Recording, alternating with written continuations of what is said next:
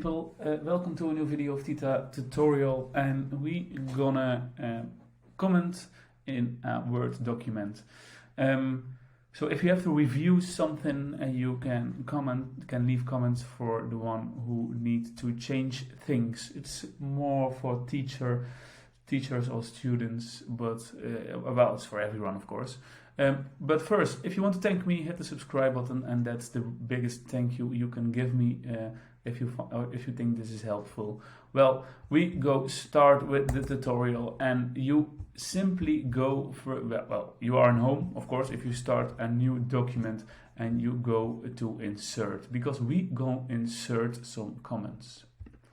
Yes, so you have here a lot of pictures and you see already this button comment. But first, before you pressing this button, you need to select some text.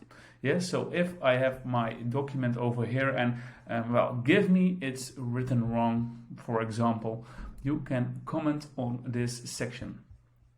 Simply hitting the plus button, and you can add some different comments like this. Got it?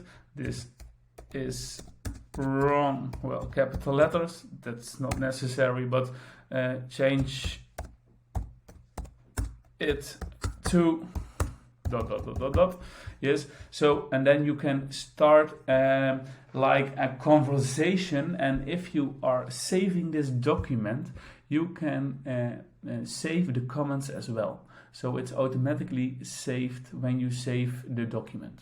Yes, so the one who receives the document can reply to this. So like this is not wrong. Yes, so you can more add a conversation, and in the beginning of Word you can do it. You could do this as well, but it was from one side. You can only add some comments from one side. Now you can make it a little conversation.